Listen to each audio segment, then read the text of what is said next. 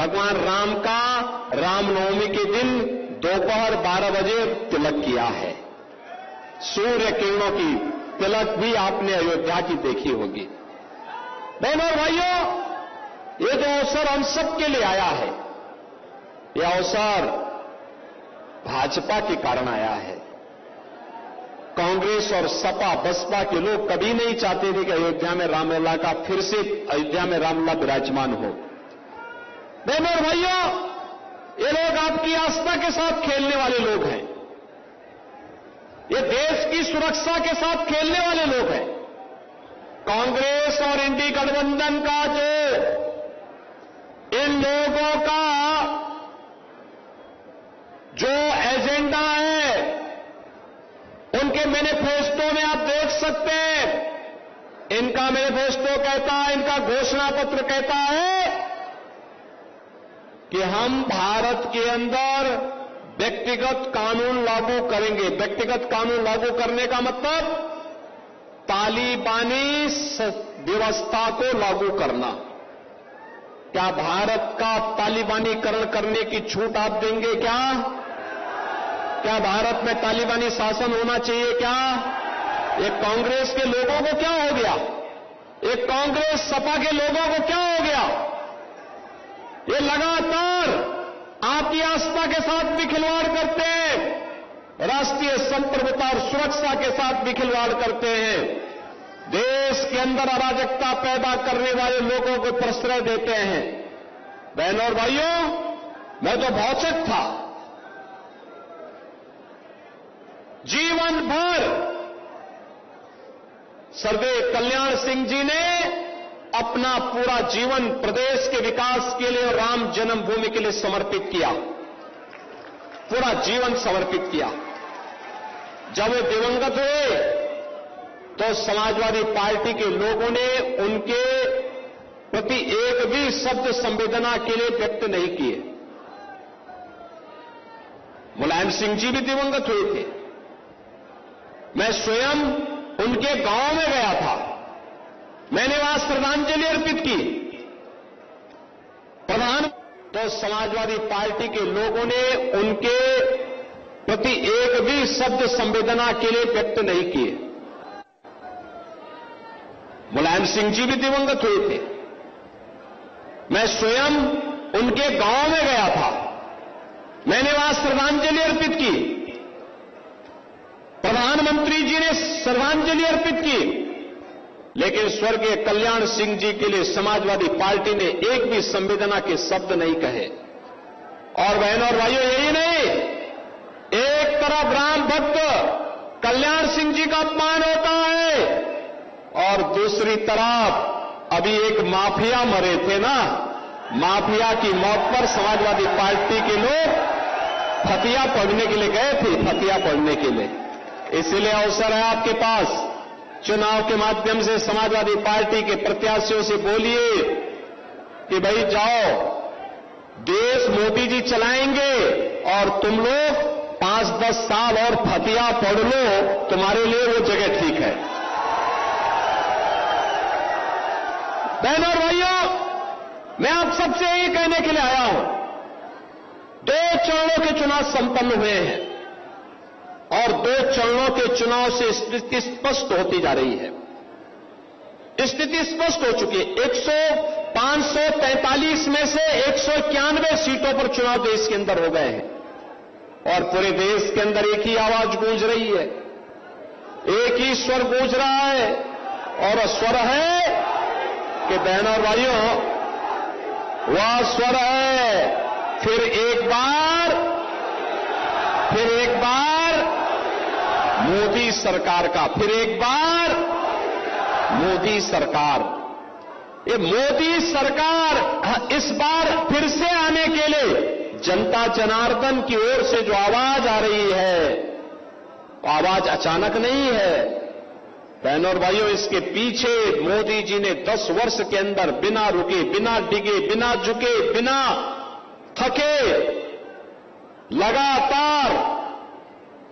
लगातार 24 घंटे 7 दिन 365 दिन 10 वर्ष तक लगातार परिश्रम किया। तब दुनिया में भारत का सम्मान बढ़ा। आज भारत का नागरिक दुनिया के अंदर कहीं जाता है, दुनिया सम्मान की निगाहों से देखती है। तब भारत की सीमाएं सुरक्षित हुई। नहीं तो पहले कभी चीन, कभी पाकिस्तान, कभी बांग्लादेश भारत की सीमा में घुसपैठ करता था। तब आतंकवाद और नक्सलवाद का समस्या का समाधान हुआ। नहीं तो कहीं भी पाकिस्तान परस्त आतंकवादी विस्फोट कर लेते थे। और सरकार, कांग्रेस की सरकार क्या कहती थी? कहती थी हम देख रहे हैं। अरे लोग मर रहे थे, आतंकी विस्फोट में देख रहे हैं। और आज तो आतंकवाद और नक्सलवाद की स्थिति क्या है? समाप्त। अगर कहीं पटाखा भी जोर से फट जाता है ना, तो पाकिस्तान पहले सफाई देता है, कहता भैया मेरा हाथ नहीं है, बस मुझे बकस दो। ये परिवर्तन अब बहनों और भाइयों, हाईवे, रेलवे, मेट्रो, हर घर नल की योजना भी संजीव दिवाकर कह रहे थे पानी की, घर घर तक आरओ का पानी पहुंचाएंगे, मीठा पानी पहुंचाएंगे, चिंता मत करो। खारा पानी की समस्या का समाधान होगा और जलेसर के घंटे को पूरे देश के अंदर बजाने का काम भी करेंगे। वन डिस्ट्रिक्ट वन प्रोडक्ट में यहां के हस्तशिल्पी और कारीगरों का सम्मान हुआ ना, यहां के घुंघरू और यहां का घंटा पूरे देश के अंदर धर्मस्थलों पर बसता है, हर जगह बसता है। बहनों और भाइयों, सरकार में कार्य करने की इच्छा शक्ति होनी चाहिए। आज सरकार मेडिकल कॉलेज भी बना रही है, आईआईटी बना रही है, आईआईएम बना रही है, एक्सप्रेसवे भी बना रही है, हाईवे भी बना रही है, एम्स भी बना रही है, ट्रिपल आईटी बना रही है, वर्ल्ड क्लास यूनिवर्सिटी बना रही है, एनआईटी बना रही है, और साथ साथ गरीब कल्याणकारी योजनाओं की भी इतनी बौछारें कर दी है। आप सोचो, सपा बसपा कांग्रेस की सरकार के समय लोग भूखों मरते थे और मोदी जी के शासन में 80 करोड़ लोगों को फ्री में राशन की सुविधा का प्राप्त लाभ हो रहा है। अब देखो ना, 1947 में भारत को तोड़ करके पाकिस्तान बना, बड़े ठसक के साथ इन्होंने पाकिस्तान बनाया, क्षेत्रफल ज्यादा लिया, आबादी कम गई, और आज भारत 80 करोड़ लोगों को फ्री राशन दे रहा है, पाकिस्तान में 23 करोड़ लोग भूखों मर रहे हैं। आप देखते होंगे 1 किलो आटा के लिए कैसे छीना झपटी होती है, कैसे छीना झपटी होती है। ये पाकिस्तान की हाल है। सपा बसपा कांग्रेस की सरकार में लोग भूखों मरते थे, किसान आत्महत्या करता था। आज किसान को देश के अंदर 12 करोड़ किसानों को प्रधानमंत्री किसान सम्मान निधि का लाभ मिल रहा है। गरीब के घर में शौचालय बन गए, 12 करोड़ गरीबों के घर में शौचालय। रसोई गैस के सिलेंडर के लिए कांग्रेस की सरकार में कैसे मारपीट होती थी। अगर त्योहार के दिन अगर रसोई गैस का सिलेंडर समाप्त हुआ तो घर के मुखिया की क्या हालत होती थी। मेहमान आ गए तो अपमान होता था। अगर सिलेंडर लेने के लिए एजेंसी में चले गए तो पुलिस का डंडा बजता था, और खाली सिलेंडर लेके आ गए तो घर में बेलना से मार अलग से पड़ जाती थी। होता था ना। लेकिन आज तो भाइयों और बहनों, 10 करोड़ गरीब लोगों को फ्री में सिलेंडर, और जितना रसोई गैस आपको लेना है ले लीजिए। और हमने तो दीपावली और होली में एक उपहार के लिए भरा हुआ सिलेंडर उन परिवारों को उपलब्ध करवा दिया है। बहनों और भाइयों, सरकार ऐसे चलती है। 4 करोड़ गरीबों के मकान मिल गए। मोदी जी ने कहा है 3 करोड़ और गरीबों को मकान देंगे, और मोदी जी का संदेश है देश को 100% सिचुएशन की तरफ लेके जाना है। 100% सिचुएशन का मतलब जिसके पास मकान नहीं उसको मकान मिलेगा, जिसके पास जमीन नहीं उसको जमीन का पट्टा मिलेगा, जिसके पास राशन कार्ड नहीं उसको राशन कार्ड मिलेगा, जिसके पास जॉब नहीं उसको रोजगार मिलेगा, जिसके पास हस्तशिल्पी है, कारीगर है, उसको उसका कारोबार के लिए पैसा दिया जाएगा। अब सपा बसपा कांग्रेस के समय रंगदारी वसूली की जाती थी, अब रंगदारी नहीं, अब तो स्वनिधि का लाभ दिया जा रहा है। सपा के गुंडे आकर के वसूली करते थे, गरीबों की पट्टों पर जमीनों पर कब्जा करते थे। अब तो ये कह दिया गया जिस जमीन पर जिस गरीब का कब्जा है, मकान बना हुआ है, उस जमीन का मालिकाना अधिकार उसी व्यक्ति के लिए होगा। यह भी व्यवस्था सुनिश्चित कर दी गई है। बहनों और भाइयों, ऐसी सरकार चलती है। पहले सपा के लोग और बस सपा के सरकार में क्या होता था?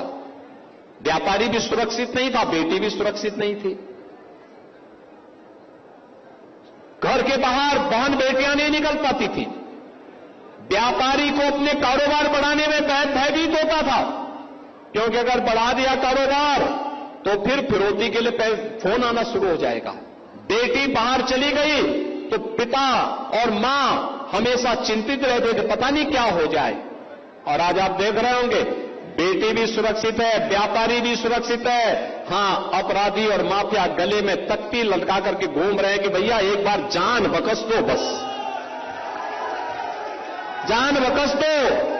आप सोचो, सपा की सरकार में जो माफिया सत्ता का संचालन करता था, सत्ता का सरपरस्त था, आज जब उसका सामना पुलिस से होता है तो पैंट उसकी गीली हो जाती है, गीली हो जाती है। बहनों और भाइयों, ये है सरकार की धमक। ये सरकार आपकी सुरक्षा के लिए है। प्रधानमंत्री मोदी जी ने देश को दुनिया की सबसे बड़ी ताकत बनाने की बात की है। हमारा भी संकल्प होना चाहिए, आत्मनिर्भर और विकसित भारत के लिए हमको भी वोट देना है। आत्मनिर्भर और विकसित भारत का मतलब हर नागरिक, गांव का हो, गरीब का हो, किसान हो, नौजवान हो, महिलाएं हो, समाज के किसी भी तबके का व्यक्ति क्यों न हो, उसके चेहरे पर खुशहाली होगी। हर व्यक्ति को बिना भेदभाव के शासन की योजना का लाभ मिलेगा। किसी को भी अराजकता फैलाने की छूट नहीं होगी। भारत दुनिया का नेतृत्व करेगा। कौन ऐसा भारतीय है जिसको भारत मेरा देश दुनिया को नेतृत्व देगा, विश्व गुरु के रूप में, दुनिया की सबसे बड़ी ताकत के रूप में मेरा देश हो? यह हर भारत के लिए गौरव की बात है और मोदी जी देश को वहीं ले जाना चाहते हैं। और इसीलिए हम कहने के लिए आए हैं, चुनाव है, हर व्यक्ति जानता है मोदी जी प्रधानमंत्री बनेंगे, प्रोफेसर एसपी सिंह बघेल सांसद बनेंगे, कोई संदेह नहीं। लेकिन बहनों और भाइयों, जीत ऐसी होनी चाहिए जो रिकॉर्ड तोड़ती हो। रिकॉर्ड बनाने के लिए हम लोग जनेसर आए हैं। जीत तो आपकी कृपा से उनकी होनी है। यहां के गांव-गांव के बारे में प्रोफेसर एसपी सिंह बघेल जानते हैं। और लेकिन बहनों और भाइयों, जीत ऐतिहासिक होनी चाहिए। ये तो वीर और बहादुरों की धरती है। इस वीर भूमि को मैं इसीलिए प्रणाम करने के लिए आया हूं कि यहां का संदेश रिकॉर्ड जीत के साथ जाना है। और कमल निशान पर जाने वाला एक एक वोट ये मोदी जी को जाएगा। एक एक वोट रामलला के श्री चरणों में भारत की समृद्धि के लिए जाएगा। और इसीलिए मैं आपके पास आया हूं। इसीलिए आए हैं, हम आस्था का भी सम्मान करते हैं, सुरक्षा की पुख्ता व्यवस्था भी करते हैं, विकास भी कराते हैं और गरीब कल्याण का कार्य भी कराते हैं। सब एक साथ चल रहा है, क्योंकि यही विकसित भारत की आधारशिला बना है। और इसी आधार पर हम दुनिया के सिरमौर के रूप में अपने देश को स्थापित करेंगे। और इसी के लिए मैं आया हूं। बहनों और भाइयों, चुनाव के दौरान प्रत्याशी से अपेक्षा करना कि घर घर आए, गांव गांव आए, बहुत कठिन होता है, बहुत कठिन होता है। वो तो केंद्रीय मंत्री हैं, उनको अन्य संसदीय क्षेत्रों में भी प्रचार के लिए जाना होता है। और इसीलिए मैं आपसे कहूंगा, आप सब मोदी जी और योगी जी का प्रतिनिधि बनकर के एसपी सिंह बघेल बनकर के घर घर जाएंगे घर घर, कमल खिलाने का काम करेंगे, वोट भाजपा को दिलवाएंगे। इसी अपील के साथ मैं आपके पास आया हूं। मोदी जी को तीसरी बार प्रधानमंत्री बनाने के लिए प्रोफेसर एसपी सिंह बघेल का आगरा जलेसर लोकसभा सीट पर भारी बहुमत से जीतना आवश्यक है। सहमत हैं? सभी लोग सहमत हैं? घर घर तक ये संदेश पहुंचाएंगे, कमल खिलाएंगे और फिर मेरे साथ बोलेंगे भारत माता की, भारत माता की, भारत माता की।